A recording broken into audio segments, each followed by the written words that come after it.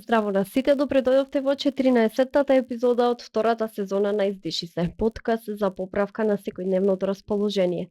Грижата за менталното здравје е еден од најважните процеси во нашиот живот. Често пати знаеме да кажеме дека преку физичката активност полесно можеме да се ослободиме од некакви непријатни чувства и мисли.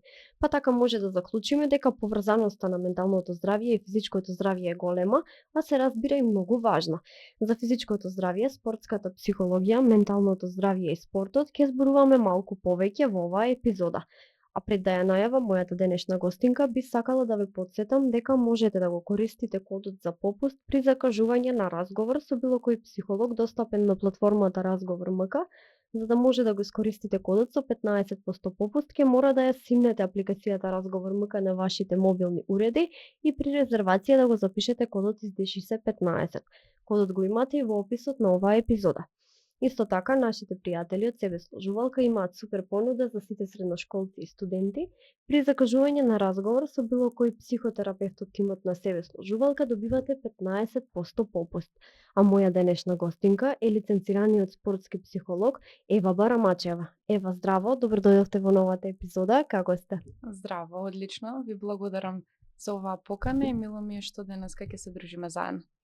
На почеток, дали може да ни кажете од каде добивте инспирација да бидете токму спортски психолог? Да, како што ви напоменав, јас долги години бев професионален пливач, односно пливачка, и имав јас сама некои успони и падови во спортот. Многу долго време се мачев со таа спортска трема пред надпревар, што некако ми го намалуваше спортскиот перформанс, но имаше еден многу битен дел во мојата спортска кариера, а тоа е кога имав една операција, значи имав голема повреда и мораше да се оперирам, но во меѓувреме изгубив многу битен член од фамилијата и некако сите тие емоции ми се поклопи, односно сите негативни емоции ме преовлада. Јас во тој момент сфатив дека не ми е доволна само мојата мајка да ми е еден вид на психолог, бидејќи она ми беше моја најголема поддршка. И си реков дека треба нешто да преземам, односно ми треба поголема помош и поголема поддршка. И тогаш некако почна во потрага по спортски психолог. Некако не ми беше таа потрага успешна. И одлучив дека сакам јас да станам спортски психолог и да бидам јас таа личност што утре ќе им помогне на тие млади генерации, барем полесно да се изборат со таа битка што имав јас. И оттаму некако почнува моето освестување, моето запознавање со спортската психологија, што значи, колку е битна, не само за спортскиот перформанс, нели? Туку и за менталното здравје на спортистите, мислам најбитно е оттаму да тргнеме. И така почнува моето школување, да кажам.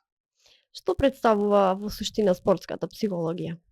Па спортската психологија, според мене вака најпросто кажано, е како една алатка што му помага на спортистот да биде најдобрата верзија од себе си. Односно, го учи спортистот како да го даде максимумот во одреден момент. Например, за мене тоа беше многу тешко, бидејќи јас ќе тренирав, ќе се спремав физички многу долго време, но кога ќе дојдеше моментот да го дадам максимумот, бидејќи многу емоции имаше во мене, многу голема трема, многу несигурност, не можев тоа да го направам. Сега веќе кога станав спортски психолог, сватив дека работата на спортскиот психолог е огромна, е многу широка, да кажам. Значи, прво почнуваме со работа на самодовербата. Работа на мотивацијата, односно колку е битно еден спортист да го издржи самиот тренажен процес, бидејќи тоа е многу захтевен физички, но емотивно. Исто така се учи на одредени техники на self-talk, ние што го викаме, а тоа е како еден спортист сам во неговиот мозок со одредени реченици да си помогне самиот на себе. Исто така, нели ја кажав и мотивацијата како за на тренажен процес, така и на надпревар, како да се намали онаа трема со одредени техники, например на дишење.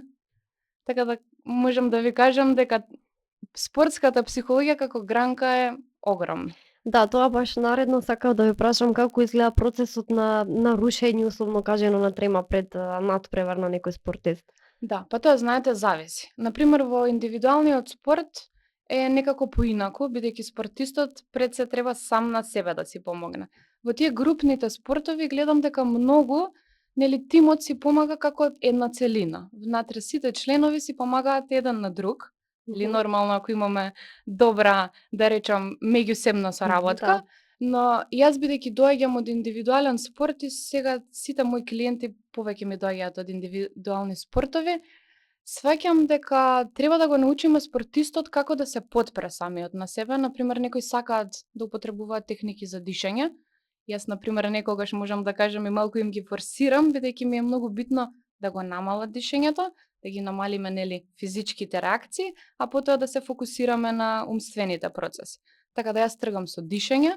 Има многу спортисти што сакаат, например, и соработуваат со мене и употребуваме self-talk, например, тие кратки реченички или само избор е Мгм. сосема доволно чисто за, например, да почне трката, да почне мечот, за време на мечот или на трката ако падне мотивацијата, како они што би рекле да се хајпнат и да Да. се вратат, нели, во мечот или во надпреварот. И тоа се некои делови што им ги давам за самиот, да речеме, почеток. Мгм. Да, а потоа, например, некои спортисти понатаму во текот на мечот и во надпреварот си продолжуваат со овие фрази. Дишењето можам да кажам дека ако мечот, нели, сега се убрза и се, не можеме да го Да. внимаваме, но затоа сите техники поврзани со спортската психологија е многу битно да ги правиме, нели, и за време на тренингот. А колку во Македонија се практикува спортски психолог по надпревари, без разлика дали индивидуален или Мгм. тимски спорт? До сега не знам, не сум слушнала, па така чисто ме интересира дали се практикува. Па мислам дека почнува да се практикува, што е многу битно. Сега, јас како што ви кажав, сите спортисти што работат со мене, нормално јас работам на индивидуално ниво, Да. иако доаѓаат, да речеме, и од групен спорт. Сега се уште има многу спортисти што се срамат, нели, знаеме дека малце спортистите и нивното его е големиот проблем тука, па многу од нив не сакаат, например, да нивните, например, членови од тимот или пак противници да знаат дека работат со Мгм. психолог, зашто најчесто, нели, мислат дека не се ментално многу стабилни, но Да. апсолутно нема врска. Се уште никој не поборал од спортистите да одам со нив на надпревар, сум била добро еднаш, два пати, но не им Мгм. е комфорно. Се уште повеќе се покомфорни да работам со нив на тренинзи. Мгм. И според мене тоа е и побитно. Ако пак ви кажав, сите алатки ние ги прифатиме, односно ги прифати спортистот, ја што му ги задавам, и ги научи за време на тренингот, после е многу полесно сам да ги аплицира за време на Да. меч. Да. Може ли да ни објасните како физичката активност и спортот влијае врз телото? Како влијае? Да. Според мене ќе ви кажам секако. И физички, и ментално влијае. Нели сега сите ние знаеме дека спортот и спортската активност пред се влијае многу добро на нашето тело, односно физички. Знаеме дека сите што се бават со спорт, имаат физичка активност, е многу, да кажам, физички поздрави, имаме подобра работа на срце, нели имаме спречување на респираторни системи, исто така обезност, така и младите е многу намалена. Сакам да кажам некако луѓето што практикуваат физичка активност многу подобро се Мгм. чувствуваат во сопственото тело и некако тоа подобро работи за нив. Најпросто вака кажано, сите да не разберат.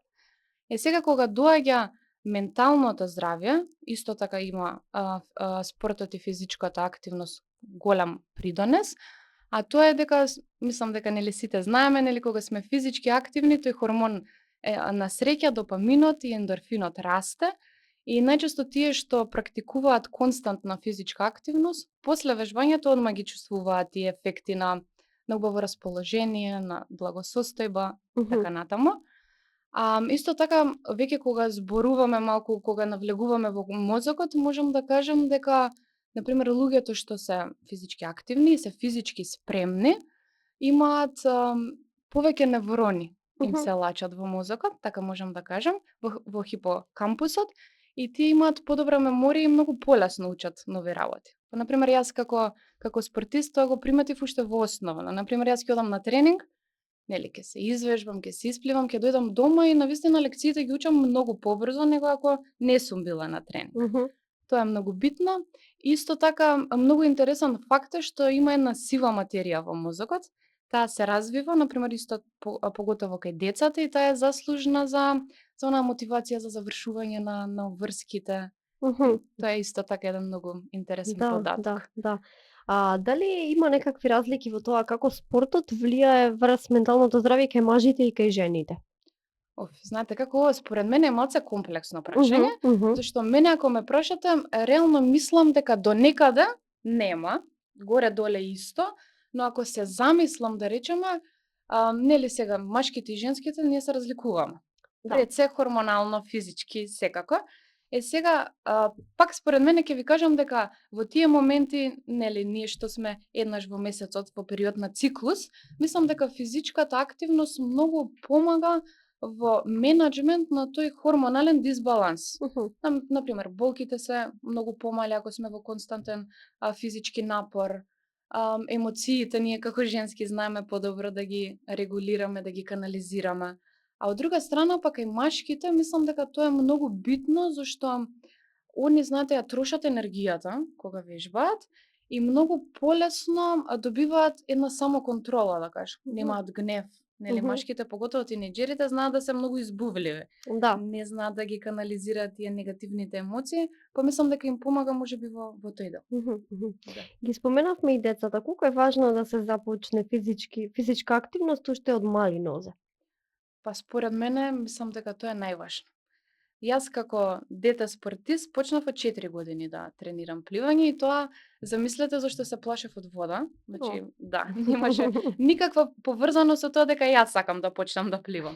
Да, некако со мојата мајка, она ме мотивираше, чисто за да можеме да отидеме на одмор, не ради нешто друго. Да, и почнав да пливам на 4 годишна возраст, 4 и пол, така. И јас сватив дека, знаете, на детето тоа му е како еден вид после на уврска, Мгм. сам си го става детето, само си го става како вид на уврска, како морам да одам во школа, морам да одам и на тренинг. Но после некое време, кога ни станува навика, ние стануваме и свесни колку е добро тоа за Мгм. нас. Така да верувам дека за да ни стане навика, што порано, тоа Толку подобро. добро. Но искрено гледам дека и сега многу нови родители некако ги мотивираат нивните деца од најмлада возраст да почнат со спорт и затоа морам да ги пофалам и мислам дека навистина е многу битно.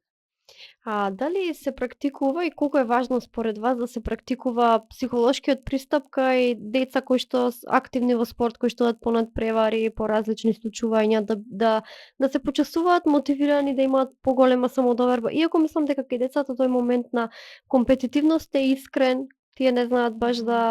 да гледаат со очи како на возрастен, туку имаме Така. момент како детски. Колку е важно да има психолог покрај нив и да се работи на тоа уште од мали нозе? Па децата на почеток додека се мали, они немаат трема. Значи немаат развиено капацитет да имаат трема и да се стресирани, да речеме, како ние возрастните. Значи они одат, уживаат, го даваат максимумот и после не мислат на тоа што било. Да. Сега, според мене е многу битно они да се запознаат со спортски психолог, Мгм. за да не дојде нели онаа возраст 14-15 години, па сега јас имам одбивност од спортски психолог. Например, најмалите деца нормално имаат тренер.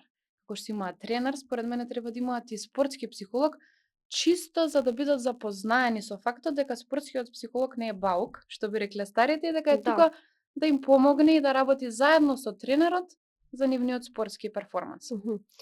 Колку физичката активност помага да се намали стресот, анксиозноста, депресијата? Според мене, ако ме прашате, мислам дека тоа е првото нешто што треба да се аплицира, поготово кај луѓе што имаат високо ниво на депресија, на стрес и на анксиозност. Сега, знаете како, нормално ако имаме депресија, треба да имаме одредена доза на депресија за да нели индивидуите бидат физички способни за да може да делуваат, зашто имаме нели и ние клиенти што се депресивни, па не можеме никако физички да ги натераме нешто да направат. Да. Но со одредена доза на стрес, на анксиозност и на депресија, физичката активност им доаѓа како, знаете, еден мултивитамин, што се Мгм. ние го даваме и симптомите се намалуваат, така најпросто кажано. Па јас имам многу клиенти што се справуваат со стрес, со анксиозност, со депресија и јас за да ги мотивирам да влезат во физичка активност, знаете што им правам? Им давам домашни. Мгм. Какви домашни? Зашто луѓето нели сега ми се депресивни, анксиозни, они не сакаат да вежбаат. Ама јас викам, добра, нема да вежбаме, ќе ви дадам една домашна, а тоа е сега во текот на оваа недела, додека ние не се видиме. сакам да изодите толку километри. И они Мгм. кога ќе дојдат, и јас кога ќе видам дека тоа го сработеле, за наредната недела само им го накачувам, Мгм. односно им ја накачувам километражата. И ние доаѓаме од степен само да пешачиме, до степен да почнеме да трчаме, кој сака да плива, и така полека ги внесувам во оној процес на физичка активност. Да, тоа е навистина многу добра пракса. Да. Како неусетно на некој начин да се активира Да, физички. чисто да се активира таа мотивација, да се почне да се вежба. И тоа така суптилно Да, да, да да. не осет. Кај лицата кои што ги имаат нели овие нарушувања, анксиозност и депресија, дали се препорачуваат одредени спортови кои што можеби нема да бидат толку тешки и захтевни за нив или би било окей да се практикуваат сите спортови кај тие лица? Па ќе кажам, зависи од нивото на депресија, на стрес и на анксиозност, Мгм. тоа е број 1. Значи, они колку физички се спремни да навлезат во некој спорт. А број 2 е што индивидуата сака. Например, не можам јас да терам некој индивидуа што не сака да трча, а например има стрес на работа и ти речам, ама мора да трчате после работа, значи нивото на стрес само ќе го накачиме. Да. Така да се е тоа во договор со клиентот. Битно е да се почне некаква физичка активност. Мгм. А каква ќе биде степенот на јачината на физичката активност, секако се договара со клиентот. Мгм. Значи индивидуално зависи, Индивидуално, да. да. Сега ги споменавме и мотивацијата и самодовербата. Колку секојдневната физичка активност или 2 пати неделно поттикнува зголемување на самодовербата и мотивацијата? Па знаете како, еве вака најпросто кажано, луѓето што вежбаат, да кажем, имаат физичка активност, пред се многу подобро изгледаат од оние што не вежбаат. Еве ќе тргнеме од таму. Значи ако подобро изгледаме, а махинално се чувствуваме и емоционално подобро, нашата самодоверба е многу поголема од оние, нели, индивидуи што не вежбаат. Мгм. Така да луѓето што практикуваат физичка активност имаат доста поголема самодоверба, зашто исто така се чувствуваат многу спремни дека може да се подпрат сами на себе, гледаат дека многу подобро ги регулираат емоциите, па верувам дека самодовербата им е многу повисока од оние што не вежбаат ништо, а мотивацијата, мислам дека како степенот на вежбање и јачината на вежбање расте, така и мотивацијата, па дури и за завршување на секојдневните обврски некако ни расте. Мгм. Некако Мгм. сето тоа мене ми е поврзано. Кои техники вака од прилика се користат за зголемување на мотивација кај спортисти? За зголемување на Да. мотивација, знаете како, пак е тоа индивидуално, но сега зависи што сакаме да постигнеме. Мгм. А, за мене е најбитно да имаат онаа мотивација за да го издржат тој тренажен процес, ние што го викаме. Мгм. Ако ја имаме таа мотивација, ако си зацртаме краткотрајни, па после долгорочни цели, е многу полесно. Мгм. А техники како техники, ќе кажам дека е многу индивидуално, зашто нели имаме спортисти што сакаат да одат на олимпијада и спортисти што сакаат да одат на, не знам, детски надпревар, па сега Да. мотивацијата ја адаптираме во зависност од тоа. Да. Какво е влијанието на исхраната и животниот стил врз физичкото и менталното здравје? Колку влијание има еве тоа што го јадеме, да кажеме, за да имаме повеќе, помалку енергија, да се чувствуваме посигурни во себе? Дали е тоа поврзано? Да, тоа и како е поврзано и јас знаете како имам во главата кога зборувам за спортска психологија имам еден систем на работа, а тоа е спортски психолог, тренер и нутриционист, физиотерапевт. Секако Мгм. тие ми се поврзани. И сега сите врвни спортисти или пак оние луѓе што се во константен тренажен процес имаат тенденција да внимаваат на исхраната. Зошто тоа го прават? Пред се да се чувствуваат подобро, но и да имаат одредена доза на енергија за да може да ги обават тие тренажни Мгм. процеси, а успати нели сите обврски што ги имаме во текот Да. на денот. Сега кога тренираме и кога се храниме здраво, махинално имаме и добар сон. И затоа ви кажав, многу работи се поврзани, а исхраната е навистина една од најбитните работи за да имаме гориво во нашето тело за да може да ги исполниме сите физички активности. Да, сега живееме во некако брзо темпо на живот, брз начин на живот, ера на социјални медиуми, каде што нели сите се прикажуваат дека се среќни, задоволни, спортисти, познати личности. Како тоа влијае врз спортистите на некој начин? Дали тоа им ја намалува, им ја зголемува самодовербата, ги прави да бидат покомпетитивни? Знаете како? Медиумите, поготово сега ве можам да кажам Инстаграм за пример, имаат многу позитивни, но и негативни работи поврзани со вежбање.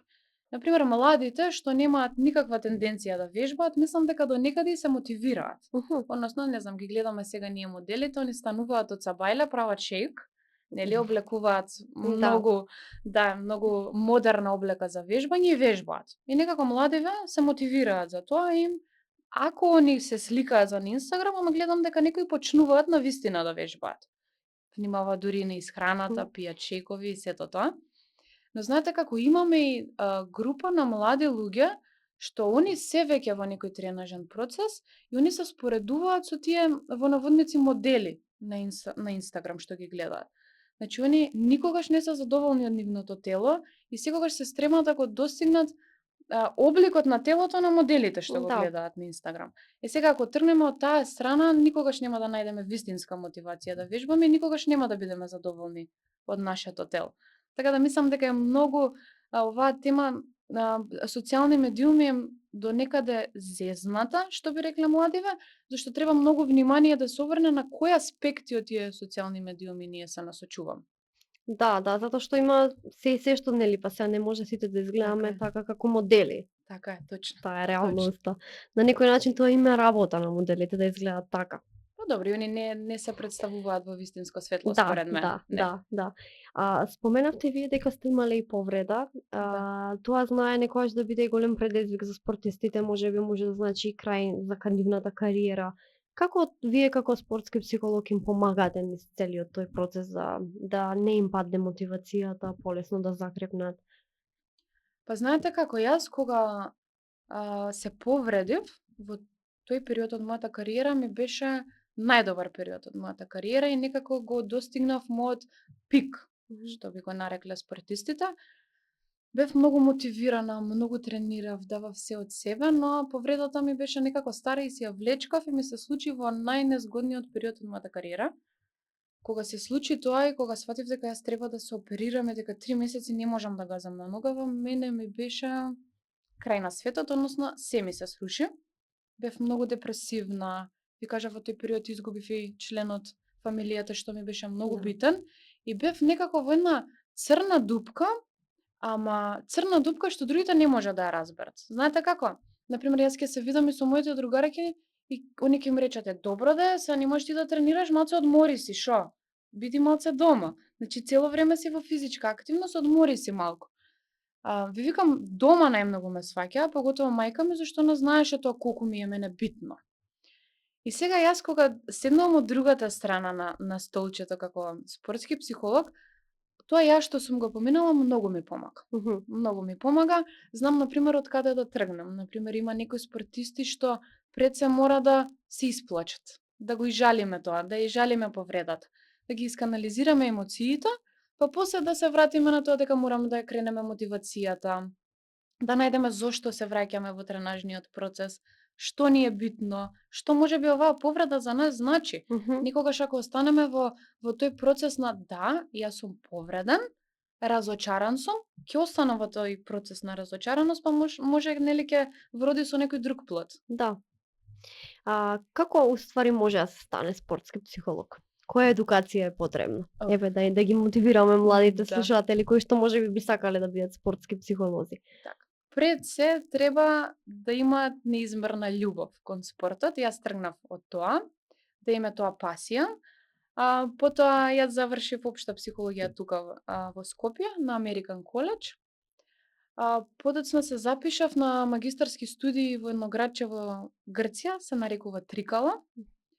Се мислев многу каде да одам, дали Шпанија, имаше дури многу добри понуди за Лондон, но овде програмата многу ми се допадна. Се запишав таму, тоа беше нели уште 2 години од моето студирање, завршив и нормално никогаш нема крај на учењето кога станува збор за психолог и сега сум втора година на интернационалната гешталт програма и учам да бидам, односно да станам гешталт психотерапевт. Тоа многу ми помага искрено да ви кажам во комуникација со моите клиенти и начинот како да им пристапам. Би сакала да ве прашам што е телесна дисморфија? Телесна дисморфија е нешто што се повеќе го има кај младите адолесценти. Во тој период некако од животот според мене се појавува, тоа е кога сме незадоволни од одреден дел од нашето тело. Значи сите мислам дека сме се соочувале со ова, поготово кога сме биле тинејџери, Да. да биде јасно. Значи не ни се допаѓа можеби носот како ни изгледа, ушите, струкот ми е премногу нели или тесен или широк, па поготово машките немам доволно мускули, па вежба тука прекумерно пијат шејкови, што се не. Но ние, например, здравите, ментално здравите индивидуи, тој процес го надминуваме. А луѓето што се во телесна дисморфија остануваат во тој процес и им наштетува на секојдневното делување, односно дејствување. Значи, они имаат дури и голем проблем да излезат, не знам, во мол да си купат нешто, зашто сите мислат дека гледаат во нивниот нос, например, или дека се, што би рекле сега младите имаат еден збор, ме ругаат дека немам доволно мускули. Ама сето тоа е во нивната глава и ако тој процес не се надмине, да кажам, не се работи на тоа, и ако се остане премногу долго во тој процес, знае понатаму во животот да не спречува од многу битни работи. Дали сметате дека социјалните мрежи дополнително придонесуваат за овој момент?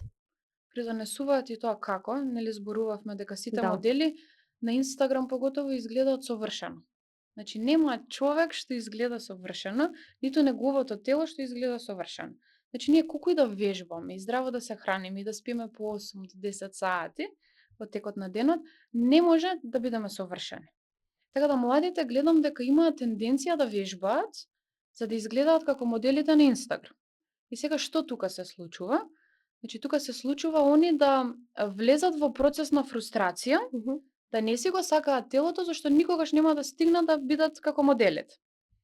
И сега ние што пробуваме како психолози, поготоа јас како спортски психолог да ги научам, е дека мора да ги прифатиме нашите несовршености, да сватиме дека што и да правиме нема да бидеме совршени и дека тие наши несовршености не прават да сме уникатни и да сме совршени на некој наш уникатен начин. Мгм. Најпросто кажем. Колку време трае тој процес? Зависи, значи јас имам клиенти што се мачат со години со тоа. Зависи во кој степен, Мгм. мислам, они дошле. Ако е нешто на почеток, па сега ние можеме многу лесно да го менаџираме, е добро. Ама има некои што, например, бидејќи така се чувствуваат и се стремат да бидат совршени, влегуваат во многу депресивни епизоди. Или, например, се многу анксиозни зашто мислат дека никој ги гледа кога ќе излезат и дека они не се совршени. Мгм. Ако останеме во тој процес, е навистина тешко и многу млади не можат да си најдат ни партнер, ни партнерка, бидејќи самодовербата, знаете, се намалува. Да, тука го имаме и тој момент сега во последно време многу развиен е тој булинг, кога некој е поразличен, нели знае често да се случи и тоа, тој комплекс, ја што го викам, може да им настане и од тој период на булирање, можеби. Па да, баш во моје време сега тоа ми текнува дека јас како спортист на мене ми правеа булинг во школа, ама знаете како тоа беше некако се индиректно, можеби не знам до некаде се плашеа од мене зашто јас дури од мала имав поставено многу цврсти граници и знаете како одам во школа и сега има периоди поготово во средно, јас од Сабајле бев ослободена, одам во школа пливам, на тренинг пливам, доаѓам во школа и не знам, не ти е добро испеглана косата, не ти е скроз рамна. И сега види косава каква ти е, на хлор ти мириса целата, или леле колку ти се широки рамењата, па ти си девојче, не треба вака да изгледаш. Мгм. Значи, машките така изгледаат, не треба ти, не ти смета ова. Мгм. И сакам да кажам, тој суптилен булинг, мислам дека го имаат сите, па дури и спортистите. Што Мгм. спортистите се група на луѓе што се најнесватени, според мене. Да, затоа и најверојатно им е тешко па да работат и на себе, затоа што можда поминале низ таков период.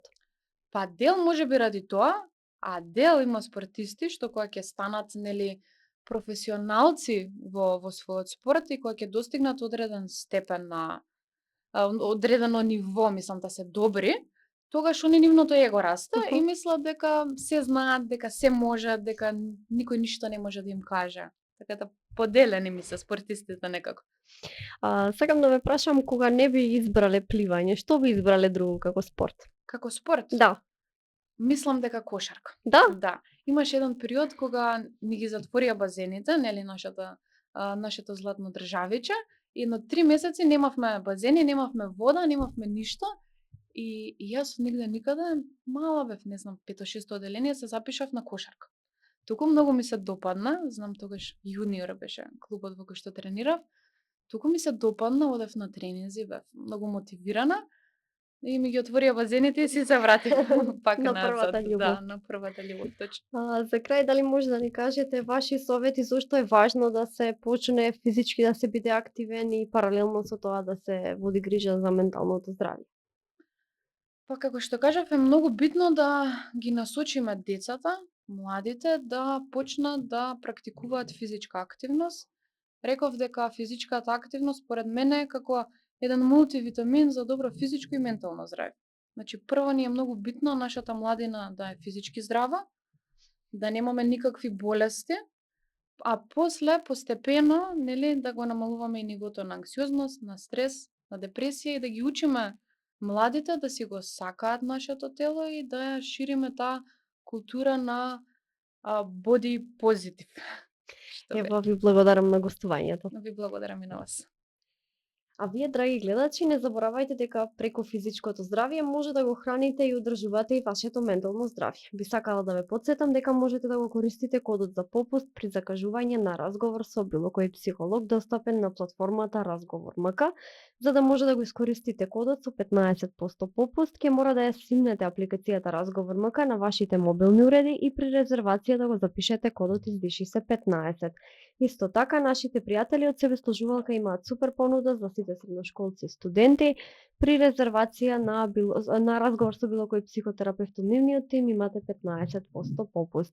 И за крај би сакала да додадам дека не сте сами и секогаш може да се потпрете на сигурно рамо, а тоа е она на психолозите и психотерапевтите.